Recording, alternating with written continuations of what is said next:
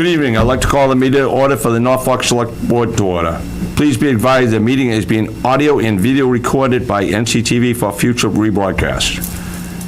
Chair Amita Mecklenburg is participating remotely as Vice Chair. I will be chairing the meeting. All votes will be taken roll call.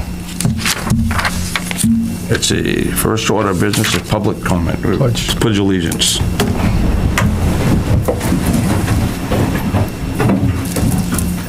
Pledge allegiance to the flag of the United States of America and to the republic for which it stands, one nation, under God, indivisible, with liberty and justice for all.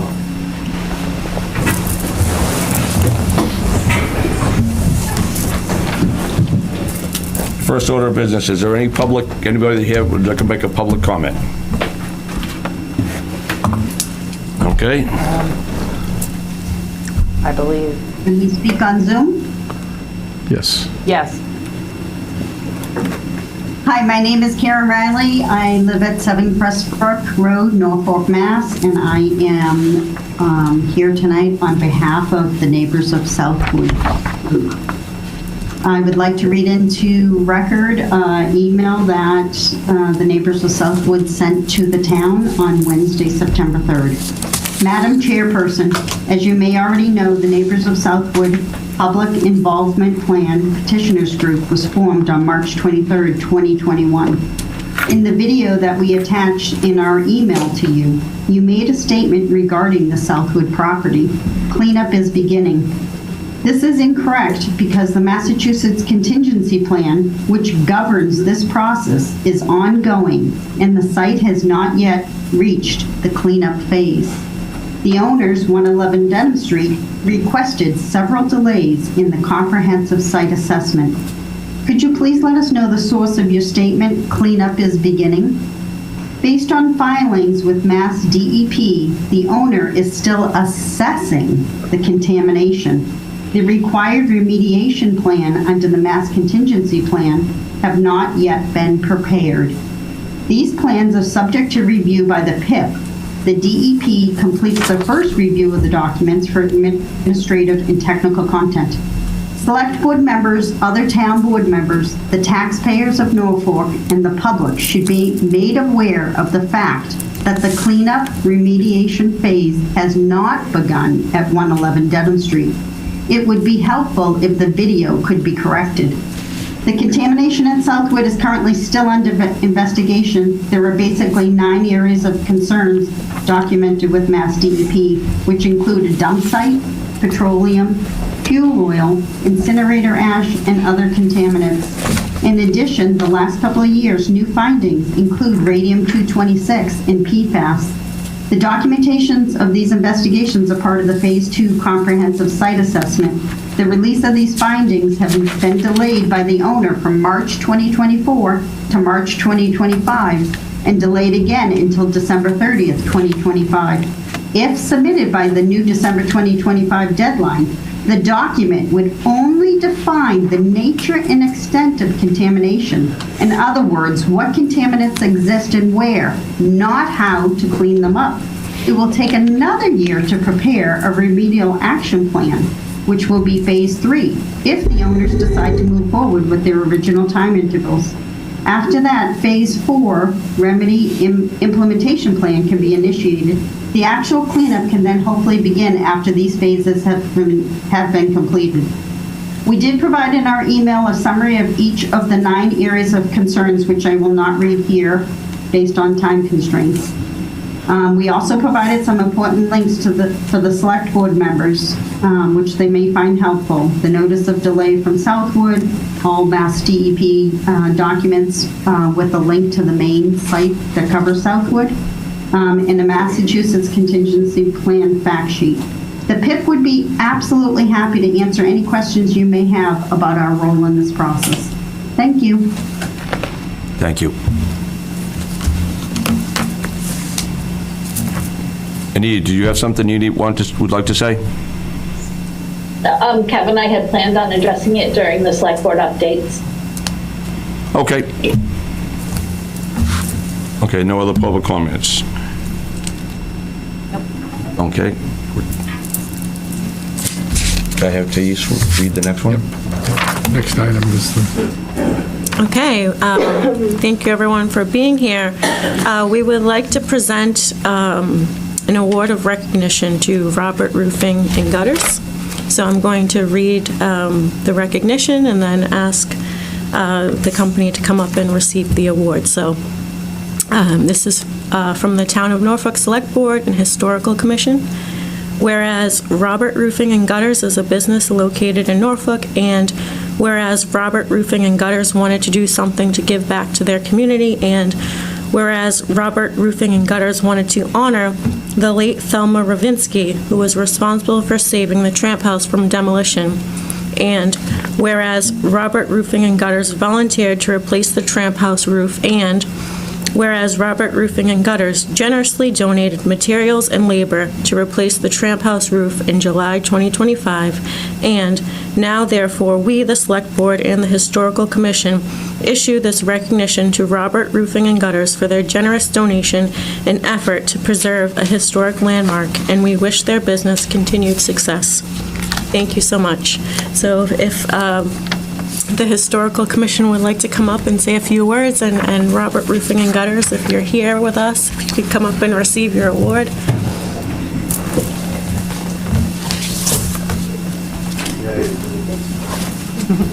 you want me to speak first? Sure.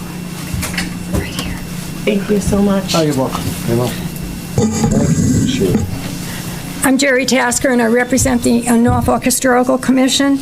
And along with the Select Board, I don't know, can you hear me all? We are pleased to recognize Robert Roofing and Gutters for their generosity and a job well done. The Tramp House roof looks absolutely fabulous, and your initiative to preserve one of our most historic landmarks is greatly appreciated. We appreciate your desire to honor the late Thelma Ravinsky, the dear lady who was responsible for saving the Tramp House from demolition several years ago. And we also appreciate the Select Board for issuing 2 certificates so that the Historical Commission can hang one in the office next to Thelma's photograph. So congratulations. Thank you very much. you. I appreciate it. Thank you. thank you. You're welcome. So I just want to say one thing. I appreciate your recognition. Thank you very much. I did it just to give back to the town a little bit. I was just actually driving by and I said, you know something, I think, why does that roof look like that, you know? So, because I go to Walgreens all the time. I said, Kelly, we should do something. She says, yeah, you know, Thelma saved that. And I said, oh, we definitely have to do something. So that's how it all came about. And I'm glad I could do it. Yep. You know, so I appreciate it. I appreciate the recognition and thank you. Thank you for coming to save it. Did I do good, Kelly? Okay, so Next item, and then just reorder it. What's that? Just next item, and then just reorder this. Okay, the next act, vote to ratify the town administrator's appointment of David Kulikowski as building commissioner, zoning officer, and fence viewer. Dave, would you mind coming up? Just grab a seat right there. Yep. Thank you. So, Mr. Chairman, through you, I have the pleasure of introducing David Kulikowski, our new building commissioner. We went through an extensive process and interviewed quite a few people for the position. The pool of candidates was narrowed down to 3, and it was a very difficult decision to make. But David, I thought, brought to the town the things that we were looking for. And I'm actually very pleased that he accepted the position, and I look forward to working with David in the future. So, David, thank you very much. Thank you, Mike. Yes, I had a chance to read your resume and background, and we're excited to have you start. You know, our former building commissioner had been with us for 30 years, so, you know, we wish him well, and we hope that we wish you continued success in your new role. We have a lot in front of us as a town, so we have a lot of work to do. But welcome, and we're excited to have you. I'm very excited to be here, very honored to be here, and I'm looking forward. I met Bob last week. I stopped by the building department, and looking forward to giving him a run for his money for how long he was appointed here. So you'll be seeing me around for quite a while. Anita, you, Absolutely. I just want to say thank you. I reiterate what Thais has said, and thank you, and welcome to Norfolk. Thank you, Nina. okay, she said most everything I could say, there's no sense in repeating myself. Yeah. So at this time, when you need a vote, a motion and a, I'd like to make a motion to ratify the town administrator's appointment of David Kulikowski as the building commissioner, zoning officer, and fence viewer. Do I have a second? Second. It's a It's a roll call. roll call. Anita. Anita Mecklenburg. Thais Hickman, aye. Kevin Roach, aye. Thank you. Congratulations, Thank you. David, we're all set. Thank you very much. Yeah. Very much. Sorry, I was waiting for the aye. Oh. Yeah.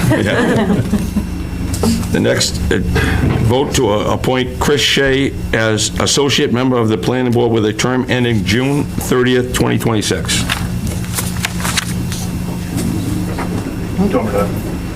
Sure. Yeah. Yes. Yeah, come up here, yeah. How we doing? All right. Good, how are you?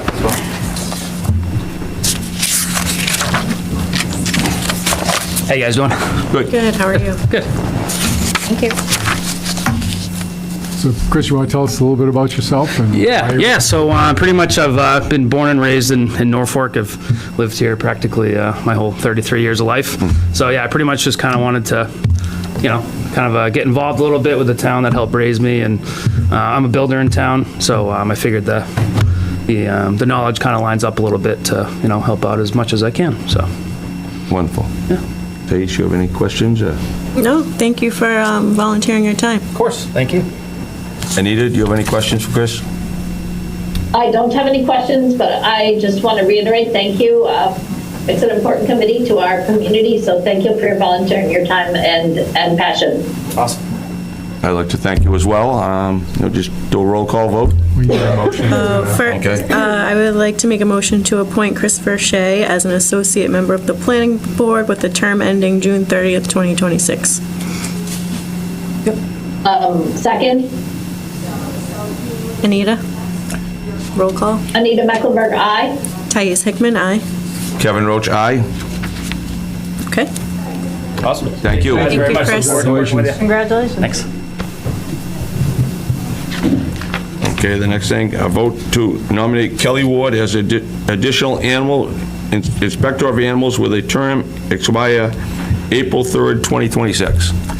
So, Mr. Chairman, through you to the committee, the current inspector of animals is going out for an extended vacation, is going to be away for multiple weeks. I was approached and asked by ACO Cohen if we could appoint Kelly Ward as an additional inspector of animals during that time, and then also to keep her around for a year, if you will, not quite a year, to help fill in gaps and to do some training to get things up to speed. While the current inspector of animals is on vacation, we're not going to be paying her. We're going to be paying that stipend to Kelly, and that's a total of $128.17. Okay. Thought that was silent, but... For that period of time. So it's an inexpensive proposition for us, and it's also an opportunity for us to do some additional training, to have someone else in the wings, just in case we have an additional situation where we have an extended gap like this, and we can actually have somebody that can fill in. So I would recommend that you appoint Kelly Ward to be the additional, to be an inspector of animals with the term to expire April 30, 2026. You have any questions? I don't.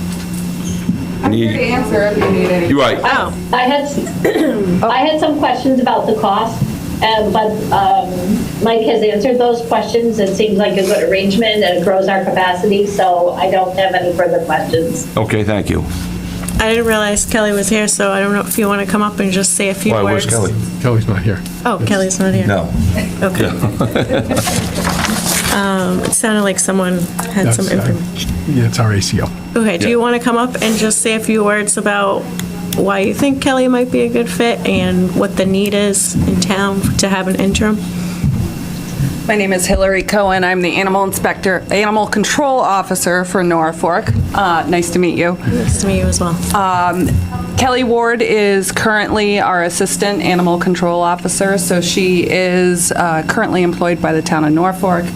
She works in that capacity 2 weekends to 3 weekends a month. She does know our community. She is currently already doing animal inspector duties in Millis and Medway, so she comes pre-trained in many different facets. So she works animal inspector in Millis Medway, and in Norfolk she works as our assistant animal control officer. She's very well versed in zoonosis, such as rabies and distemper, and why we would have a need to quarantine people's animals under different circumstances and needs. So she's great to have on in addition to Sue Thibodeau. Excellent, thank you. Okay, thank you. Okay. Thank you, Hillary. Alrighty. Appreciate it. You got it. Would you like to make a motion? Yes. So I would like to make a motion to nominate Kelly Ward as an additional inspector of animals with the term to expire on April 30th, 2026. Second, Roll call. Anita Mecklenburg, aye. Thais Hickman, aye. Kevin Roach, aye. Okay. Thank you. Appreciate that. Thank you very much. I didn't pronounce that word correctly there. I didn't pronounce that word correctly. Victualler. What's that? Victualler. Okay. Vote to approve a common victor license for J&J Page Inc., DBA Honey Bean Cafe, 65 Holbrook Street, Suite 150. So, Mr. Chairman, this is a housekeeping item that we need to do. This is a common victualler license for folks that are doing DBA. I'm not sure if anybody's in it. Hi, how are you? Yeah. Oh, thank you. Would you mind Yeah. coming up and just kind of introduce yourself? Sure. Nice to meet you. Nice to meet I'm you. Julie Thank Page you. Molesky, trying to come to your town. And I previously owned a breakfast restaurant for 5 years in Weymouth. I have a marketing business background, and I'm coming here to open Honey Bean Cafe. And that was previously the Organic Buzz. So we're looking to do a similar concept, but be a little earlier in the morning and bring some breakfast sandwiches, lunch sandwiches, paninis, pastries, and keep to the coffee and smoothies that they've been doing now as well. Wonderful. Excellent. So I have a question, being a Weymouth resident. Which place in Weymouth? did you- Skillet. It was called Skillet. It's still there. I sold it almost 3 years ago. Okay. And went to do wholesale for a while and just focus on my family and things like that. And now I'm back at it. I had a rest and I'm ready to go again. Thank you. Thank you. All right, well, we can't wait to have you. Yeah. Thank you. Yeah. When were you planning on opening? The last week of September at the earliest and the first week of October at the latest. We're Okay. working on menus and just wanted to make sure we had all the permits and everything first before we, roll out anything crazy. So, yeah, we're going to keep to the organic coffee, but then we're going to have very classic things as well, bacon, egg, and cheese sandwiches, things people can kind of take, to work, and just, salads and wraps and things like that, just a little bit more versatile. Wonderful. I think the town will be looking forward to it. Oh, great, yeah. Yeah, we're excited to come here. Awesome. Anita, do you have any questions or comments? No, I'm excited to bring a new business into Norfolk. I think it's great, and wish you the best of luck. Thank you, I appreciate it. All right. I'd like to make a motion to approve a common victicular license for J.J. Page Inc., DBA Honey Bean Cafe at 65 Holbrook Street, Suite 150. Second, Roll call. Anita Mecklenburg, aye. Thais Hickman, aye. Kevin Roach, aye. Congratulations. Thank you very much. Yep. I appreciate Welcome it. to Norfolk. Thank you. Consider approval of a contract with Better Group and MS4 stormwater permit services for FY26 and authorize the town administrator to sign the contract on behalf of the town. So, Mr. Chairman, through you to the committee, to the board, Beta Engineering has been our MS4 contractor since inception of this particular project, if you will, which was 2018. We're currently in year 7 of that particular project, if you will. It's for stormwater runoff.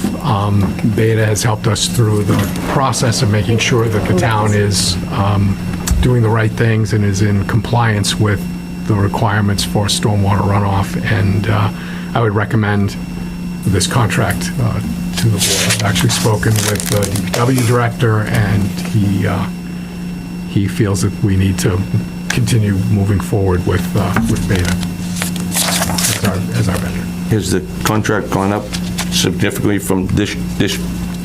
No, the cost of the contract has been pretty stagnant. It hasn't really fluctuated. And we currently do business with them now, correct? We do. They're our current provider for that MS4 stormwater. Okay. Okay. You just make the motion. That's I'm sorry. That's okay. May I just ask a question, just for the people listening so that they understand the stormwater work that we're having done is in order to keep us in compliance and also for our emergency preparedness. Is that correct? That is correct. Okay, I have no further questions. Okay. Okay. Did someone? I want to point out something. The map on there is labeled Norwood, Mass, and not Norfolk. I saw that. I think that's probably just on the top of the map. It's not actually the map of Norwood. Yeah. So, and the map is also not mentioned.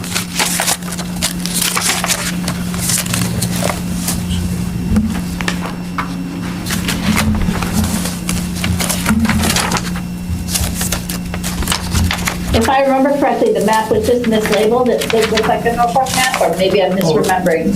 Oh, no, it's a Norfolk map. Yeah, it is. No doubt about that. Yeah, it's definitely the town of Norfolk. It's just, It was just mislabeled. City mills and all that, but you can't read anything. well, Madam Chair, through you, this is a scaled down version of the map. This is just scaled to 8.5 by 11 so that we can actually get it into the binder. We might have a much bigger map than we use for this project. Thank you. Review these things. Yep. Thank you. Thank you. Did you have something, Andy? Can I sit up here? Is that okay? Yes. Andy Bakanowski, who's in the Board of Health and Energy Committee up in Naugatuck Avenue. Thank you for taking the steam out of my sail on the Norwood. I've done this type of work professionally, and there's information missing in this table that should be there.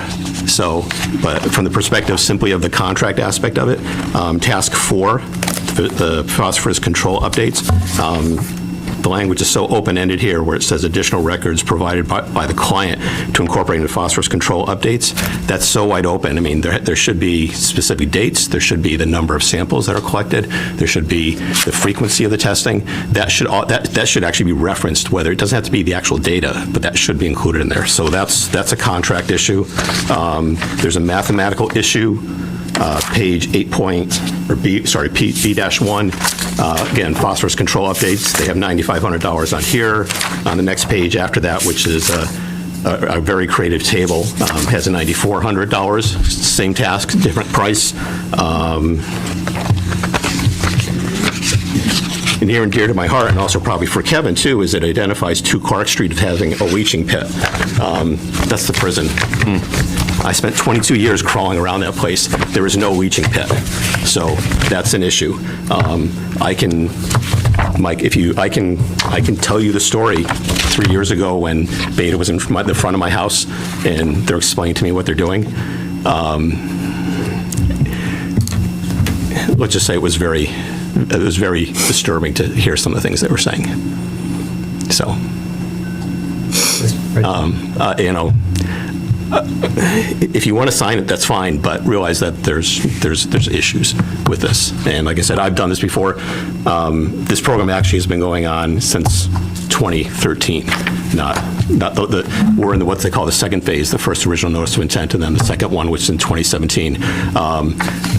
Just so you know, I had already done a lot of the work with the guys from the wastewater plant and the prison. We identified all the conduits. There's that catch basin that's in front of the prison by that brick building, that the right-of-way goes right across Norfolk Auto. It goes to the Stop River. It's not a leaching pit. It's not even listed on the map.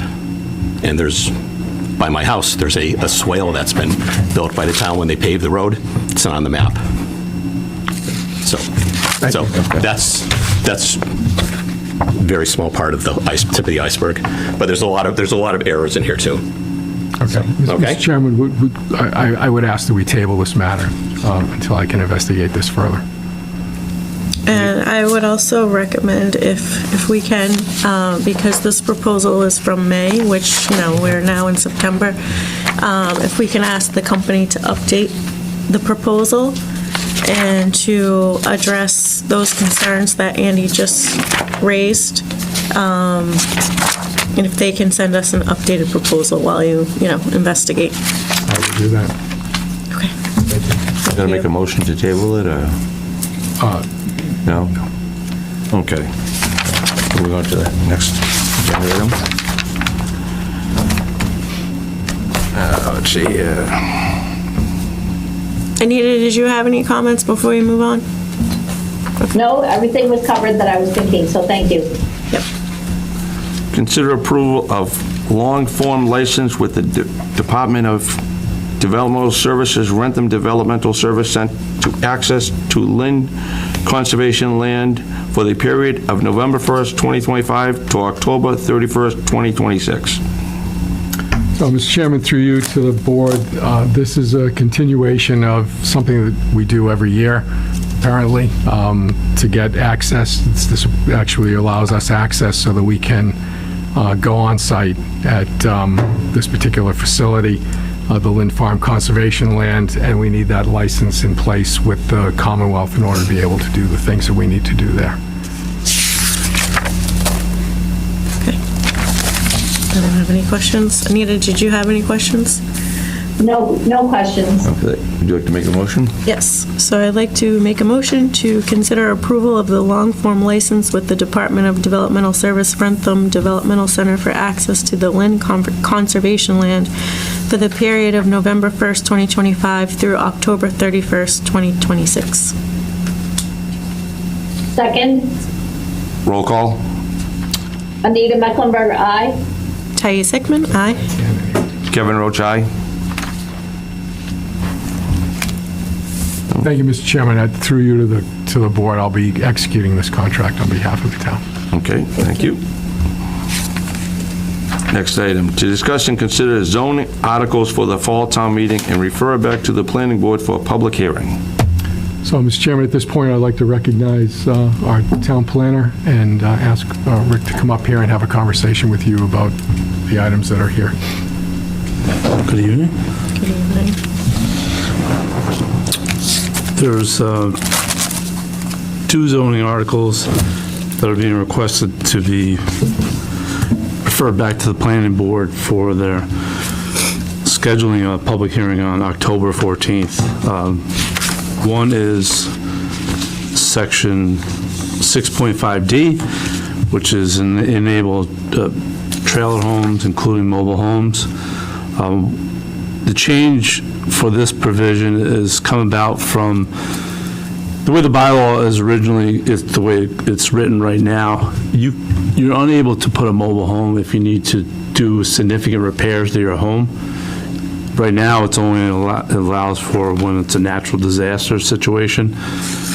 The Zoning Board of Appeals has had, and actually the building department has issued a couple of enforcement for violation of zoning because people had significant renovations that they were making to their home where they had to leave while that work was going on, and then to be able to come back home. So from that situations that the planning board has, let's make some changes to kind of adapt to give some flexibility for homeowners. So that way, if they're doing major construction in their home, they can continue to live temporarily on their home, so kids can go to school and so forth, as opposed to having to be displaced out of town. So it's allowing a little bit broader situation to allow for that. And it'll be regulated in terms by the building commissioner, so it'll be tied to a building permit to do that. So that's the one zoning change. The second one is to the inclusionary bylaw, which is... Rich, can I just ask a question sorry. about that? So that addresses if it's a temporary home, but so there was language in here for mobile home for a period of 12 months. So what happens with the actual mobile home piece? So you still can you can still do the mobile home? Yeah. Okay. It's just under 6 months, so they're cutting back the time. Okay. To 6 months, because then that will coincide with a building permit. You can get extensions to it, but they're syncing the two up. So that's the change to go back on that. Okay, thank you. Provision. Yep.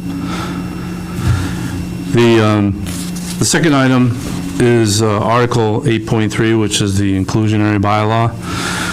The proposed changes came about from, in 2021, there was a citizen petition to change the inclusionary bylaw, which was voted by town meeting. The change that occurred in 2021 was the percent of affordable went from 10% and then escalated to 15%, then to 20%. That was one change. That was really the significant change that we'll talk about in relation to what's being proposed today. What's being proposed is to bring it back to 10%.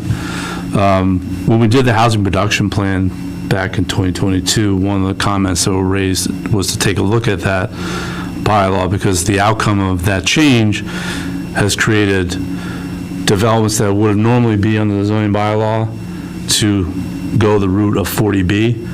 So instead of having a conventional or open space subdivision or a multifamily under the zoning bylaw, because of that increase in affordability, which is not an increase in terms of more units, you have to eat that cost as part of the development. So it really started to impact the economic feasibility of a residential development project. So it had a negative effect rather than the positive effect that they thought getting more affordable. It did. Mathematically, it made sense, but in practicality, in utilizing it, it did the opposite.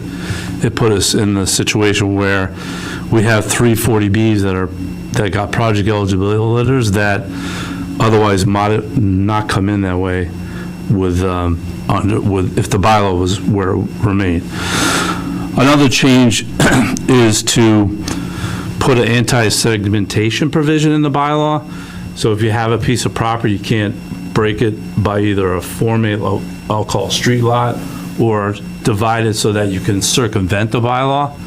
So that's being added in here. So that way, you can't break it apart to avoid having to comply with the inclusionary bylaw. That doesn't exist in the present bylaw.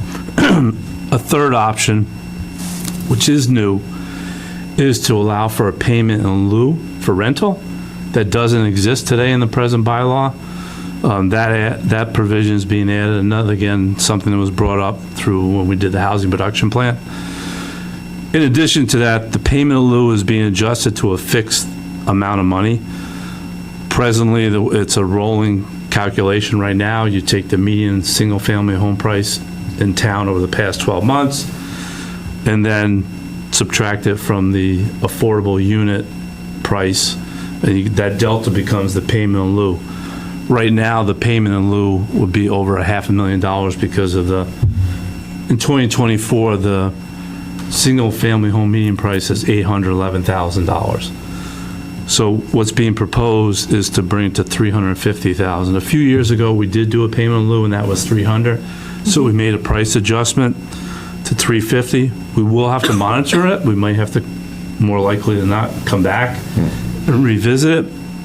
But what it does do is it lets people know clearly what it is up front, right? So you have a number and whether that works or not.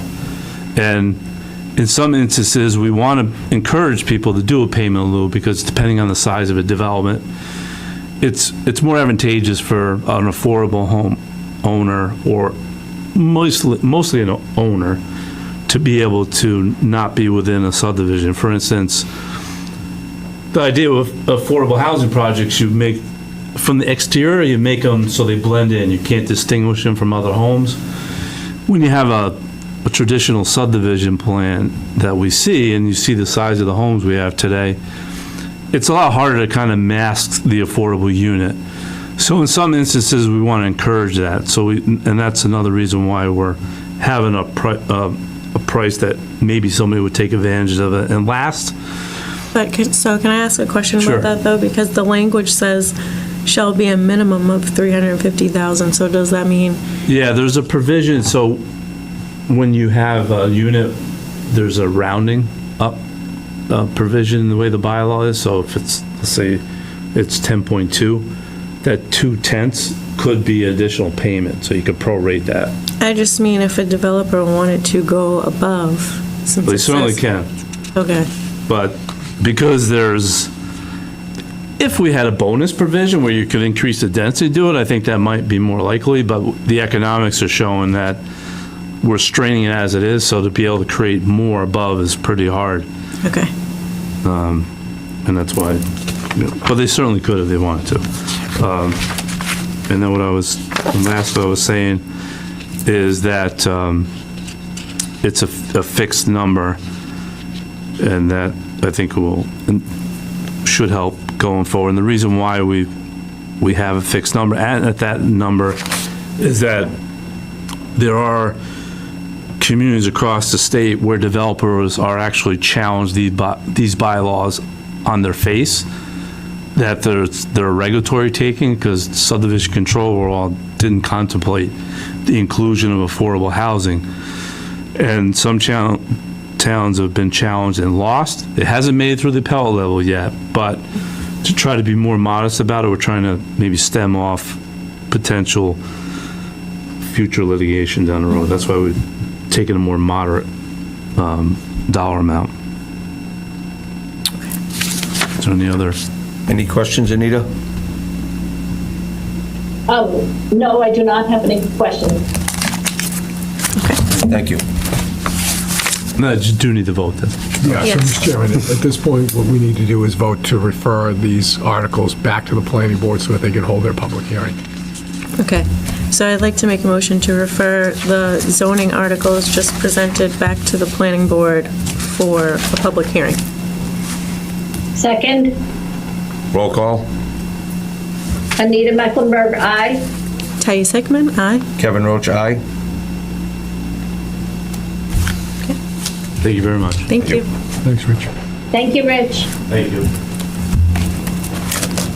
Okay, we gotta review the list of articles for November 12th for the special town meeting warrant. Yeah, so, Mr. Chairman, through you, the last item on the agenda this evening is to review the articles for the upcoming town meeting. We have 15 articles going forward to town meeting this year. I did move them around a little bit just to get all of the business things out of the way before we get into some of the other pieces that we'll need to do that evening. The first article is to hear any reports from any of the town committees. That's a placeholder, and it allows for us to either hear from committees or have town meeting direct any committees or boards to do, whatever they feel necessary. Article 2 is for any unpaid bills for a prior fiscal year. At this point, it's again, it's a placeholder. Today, as of today, there are no unpaid bills moving forward that are from the prior fiscal year. The third item is another placeholder, and that's for any budget transfers, and it allows us to actually move any monies around within the budget should we feel it necessary. As of today, there are I have no intention of coming forward with any changes to any of the budget process or any of the budget funds for any of the departments. Next item is capital expenditures. This particular article is for any expenditures for existing funding. I'm not coming forward with any bonding articles at this point. I think that we need to actually get those into a fiscal calendar and actually do those at the annual town meeting as opposed to doing it on and off a special every year. I actually had a meeting today with our finance director, and he and I are on the same page in that respect, that we need to move these to, the majority of these to The spring town meeting.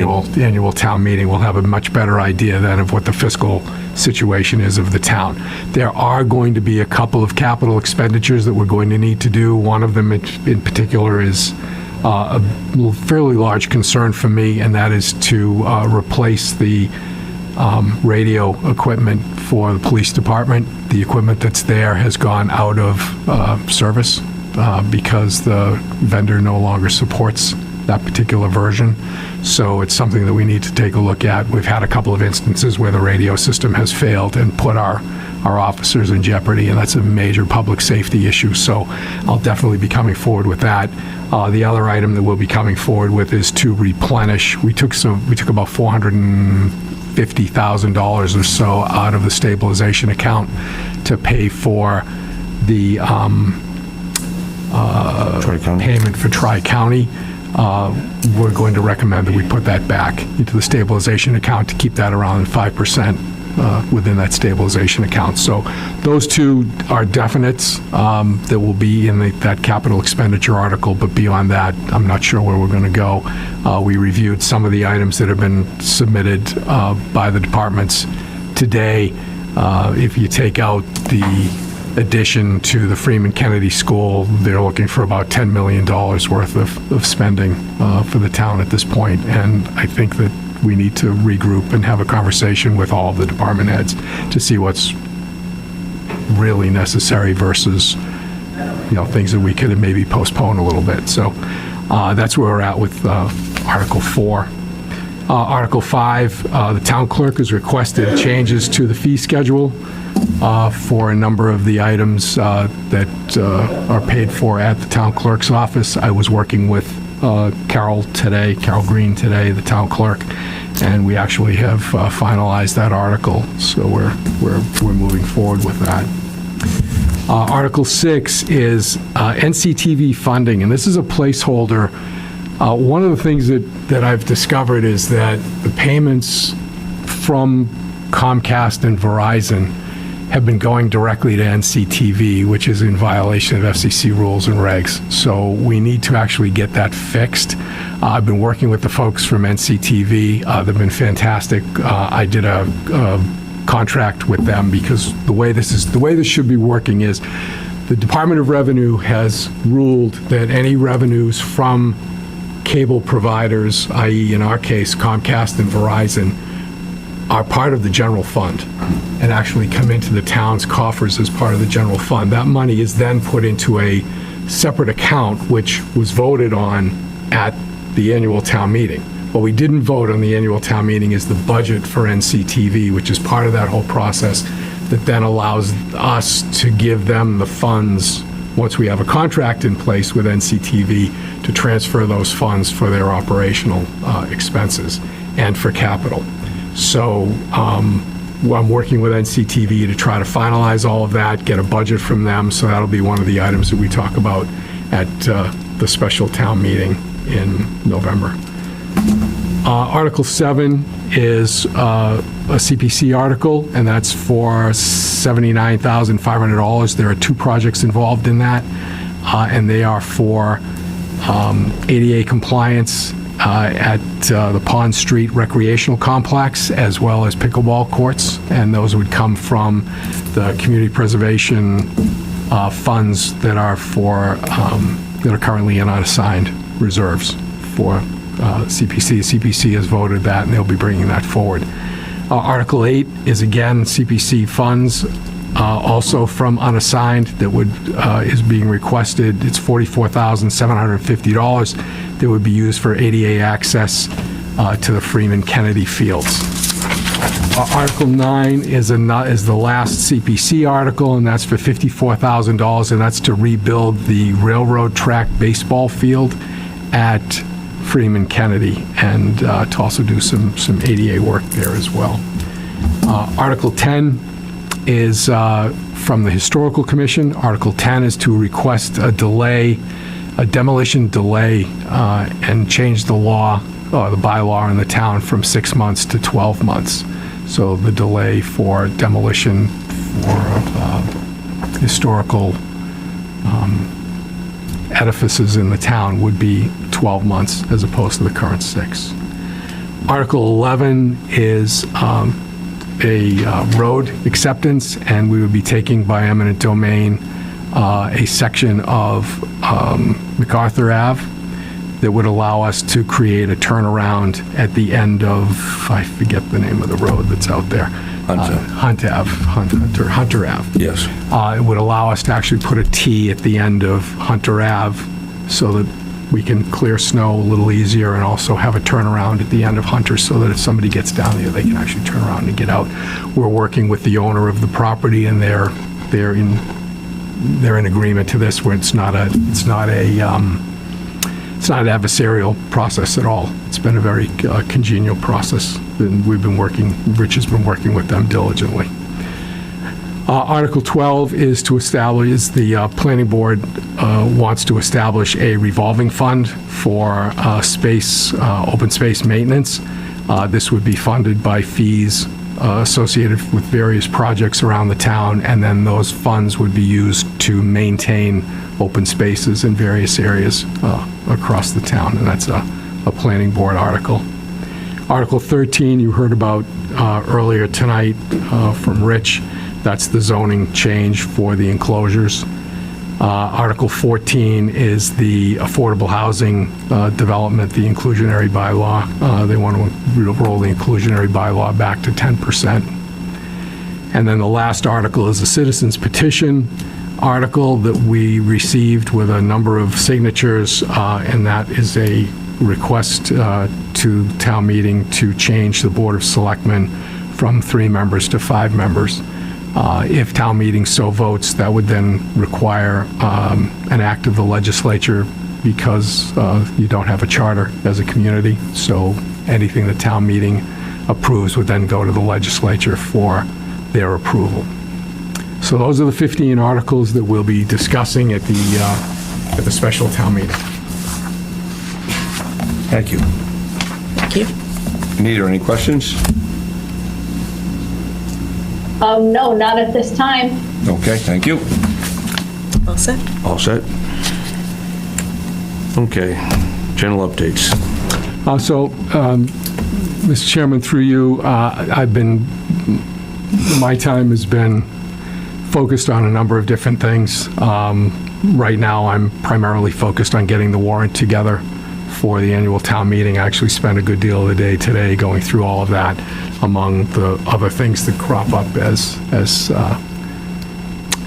as people come in and need various things or call for various things. But I've been here now since July, and I feel like I've been here a lot longer, and I appreciate the folks that work in this building and the people that are making, keeping the wheels turning for the town. And I just wanted to acknowledge the hard work of a number of people in this town, and trying to keep things afloat. But I don't really have much else to report except what's here on the agenda, and getting ready for that. The other thing we're getting ready for is our Citizens Academy. We'll be actually kicking that off on the 25th of September. I get to lead off, and hopefully I'll at least get on base. But looking forward to getting through all of that and actually getting the information out to the public, excuse me, and actually hearing from the departments on how they operate, what it's all about, and get that information out. We've had a pretty decent response to all of that, and I want to thank the chairman. She did a great job, and was in kind of helping. She really did the yeoman's work on this to get it up and running and get things squared away. So looking forward to participating in that and seeing how that all goes as well. And how many people signed up for the Citizens Academy 17 so far? It ended up, I think it was 20. I think we're in the, Yes, yeah, I think we're in the 20 range, which is good. fantastic for the first one of these. Yeah. And I think once we get through the first one and then information gets out to everybody about what a great time they had and what a good job we did, there'll be more people that are interested and actually will want to get involved. So I'm looking forward to that. And it'll be a little bit more than 20 because advisory will also add a member or two to each meeting. So Yes. Yeah. So we'll be close I'm to excited that. about that. Yeah, we'll be close to that 25 number that we were looking for. Yeah, that's great. Mike, could you talk a little bit about the insurance work that you've been doing? Oh, thank you. Yeah, I've also been meeting with, so one of the big concerns I've had here, and every community is having the same issue, is the cost of health insurance. I actually, for a while, worked for another company doing that for municipalities. So I actually invited a couple of different insurance carriers in to talk to me about what the options are. And in fact, I'm actually attending a insurance, oh goodness, I'm trying to remember what it's an insurance roundtable, and that's going to be next week, I believe, is the insurance roundtable. And we're going to actually be talking to a number of different people about what's happening in health insurance and what the drivers are, et cetera. So we're always looking for ways to try to save the cities and towns money because Did you get any good news from the couple of companies you talked to? I wish I could. Wish I had. okay. I am waiting for. I did ask one group to take what our current plans are and give me an idea of if we did something different, what those would look like. I have not received that back yet. I need to actually kind of give them a little bit of a tweak to find out where it Evidently, is. there wasn't a savings, otherwise they would have sent you back something, but, yeah. Yeah, the problem is, and it's funny, when we were coming out of COVID, one of the things that everybody was saying was that there'd be a pent-up demand for various procedures, et cetera. And sure enough, here it is. It took us a year. That first year out, we were all waiting for the bomb to hit, and it just kind of didn't. But the last couple of years has really ramped up incredibly to that 10, 11, 12% increases in the cost of health insurance. And when you're talking in the millions of dollars, that adds up very, very quickly and is a major budget impact to any city and town. Like I said, everybody's dealing with that. So we're all getting together as managers, city managers, town managers, town administrators. We're all trying to pull our resources and figure out if there's a way we can do different things, different ways to try to save all of our communities a little bit in those areas. So I'll continue to keep that on my radar screen, because as you build your fiscal 27 budget, we could be looking at another increase for this coming year. Thank you. Nita, you have anything? Thank you, Mike. Yes, I do. I know you like me to tell stories, Kevin, so. It's going to be a short one, though, right? I do. A little bit short. Because first I need to apologize for misspeaking to the PIP group. They are completely accurate in the fact that cleanup has not begun. The assessment process is ongoing. I've been in contact with Bill Buckley to make sure that I'm giving accurate information. And unfortunately, I've been away. I'm actually at the Seattle airport right now. I've been away with family things. But as soon as I'm back in Norfolk, I'll work with NCTV to make a correction on the state of the town report. So I appreciate their bringing that misspeaking. I was very eager to be 100% accurate, and so we'll work hard to make sure that that is 100% accurate. They are finishing assessments at this time. It's taken longer than they want. And while the delay is a lot, I'm still excited to have a committed partner in that work and feel hopeful about our end results. But if we know more, I will bring more back to this committee so everybody can hear that. But I do apologize for misspeaking. That was not intentional, and I will correct that. I also wanted just to say that the flowers at Town Hall by the Garden Club are just absolutely stunning. I come in through that back door and they make me smile every single time. So thank you to our garden club for doing those flowers. I was going to talk about NCA, but Mike has covered that. We're excited for that to launch. You will please watch your website because there will be an opportunity. What we'd like people in town to do is submit questions they'd like to hear from different departments so that we are answering those questions in our presentation. So we don't just want to hear from the people who have signed up, but from anybody in town. So if you have a question for the fire department, a question for the for budgeting, or a question about those things, we'd love to hear your questions. So keep an eye posted to our website. There will be a link there where you can submit any questions that you want to be sure that are answered in our Norfolk Citizens Academy, which will be videotaped and shared on the website as well. So please keep an eye on the website. And then the last thing I wanted to say is that every time you talk to people about what do we want in Norfolk, and if you look at the master plan, people say we need business in Norfolk, we need to have business in Norfolk, and I agree with that 100%. And now tonight we have welcomed another business to Norfolk, but part of having businesses in Norfolk is keeping businesses in Norfolk. So please consider using our local business as you go out in the world. We need to keep those. We've lost people who have had businesses in town who closed for lack of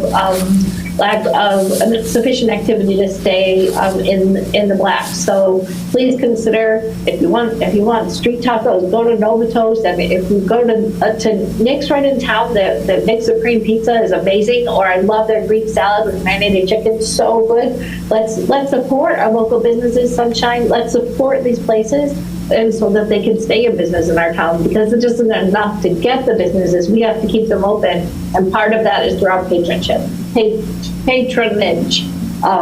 that's all I have to say. And thank you, Kevin, for chairing this evening. I will be back soon, and I appreciate everybody's flexibility and allow me to participate remotely. Thank you. Thanks, Anita. I have a couple of updates on the Massachusetts School Building Authority proposals that were submitted by Norfolk Public Schools and also by the King Philip. Okay, so the Massachusetts School Building Authority Review Committee came to visit the Freeman Kennedy School on Thursday, September 11th. In attendance at that meeting, we had Norfolk Public Schools Superintendent Ingrid Alardi, the principal Lisa Altham-Hickey, the special education director Anna Tupper, and a few other administrators from the town of Norfolk, myself, Select Board Member Anita Mecklenburg, and Mike Gallagher, our interim town administrator. In terms of the background for why they visited, so in the spring of 2025, the project or proposal to the MSBA was presented to both the Select Board and the School Committee. Both bodies allowed or voted to allow the district to submit an application to the MSBA Core Building Program to consider funding a future expansion of the Freeman Kennedy School. The application, good news, has advanced and is now actively being considered by MSBA. So Norfolk Public Schools is a finalist. The proposed expansion is designed to address rising enrollment and space constraints at both the H. Olive Day School and the Freeman Kennedy School. So the MSBA senior engineering team also conducted a site visit and took a tour of the building as part of their due diligence in reviewing applications. Again, the discussion points that we endeavored were around enrollment growth, space constraints, and demographic shifts. As far as what the MSBA probed us on was, why the expansion was necessary, given the building's relatively new in comparison to other school districts in the Commonwealth, and whether or not our town has the financial appetite to support an expansion after the failed vote in the spring of 2025. So those were just some of their concerns that will factor into whether or not we receive the funds. In terms of next steps, final decisions will be made at the December 12th, 2025 MSBA Board of Directors meeting. If invited, Norfolk would be, or if accepted, Norfolk would be invited into the core building program. and the superintendent will present the project again to both the school committee and the select board in early January 2026. We would need to undertake, the town would need to undertake a new feasibility study per MSBA requirements, and the project completion, if approved, could take up to 6 years. So, again, just confirming that our candidacy is being seriously evaluated, and the expansion will depend on both the state support and the community approval to move forward. So that's the Norfolk Public Schools. With regards to King Philip, I also had a conversation with Superintendent Drolet. So King Philip submitted statements of interest to the MSBA Accelerated Repair Program earlier this year. The proposals cover roof replacements and heat pump conversions at both the middle school and the high school. 96 schools from 46 districts applied. MSBA will announce decisions in October of 2025 for this particular grant. MSBA did complete a pre-site visit in August and toured both the middle and high school with engineers on site on August 25th. The walkthrough confirmed that the schools are a good fit for potential roof and heat pump projects. In terms of costs, the schematic design costs, one school roof is about $150,000. Both roofs and 2 heat pump conversions up to $1.8 million. They may use excess and deficiency funds for smaller projects. Larger projects will require town meeting votes in spring 2026. In terms of reimbursement and timing, MSBA will reimburse up to 51.42% of eligible costs. They they reimburse in $50,000 monthly installments. The districts must secure full funding within 14 months of commencement, likely by spring of 2027, and construction must be complete by September of 2029. So again, Dr. Drolet wanted me to reiterate that if selected in October, we must act quickly to prepare for the spring 2026 town funding requests. Larger project approvals, including possible debt exclusions, may come up in spring 2027, and that he will continue to communicate with the towns and school committee. So those are the updates on behalf of both Norfolk Public and King Philip. Thank you. You're welcome. Thank you. Okay, moving on. The reports of warrants. What do I do with that there?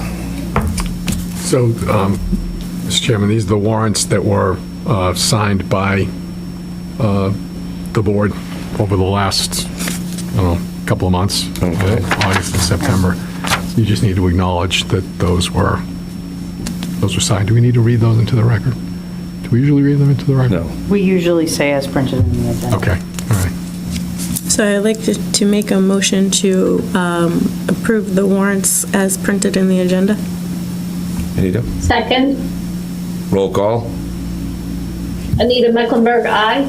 Thais Hickman, aye. Kevin Roach, aye. Okay. And then the last order of business is to approve the meeting minutes for June 17th, July 14th, and August 8th, 2025. So I'd like to make a motion to approve those minutes. Second, Roll call. Anita Mecklenburg, aye. Thais Hickman, aye.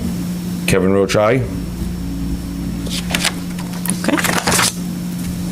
Okay. I have nothing else, Mr. Chairman. Anything else? You're not. Would you like to make a motion? I'd like to make a motion to adjourn.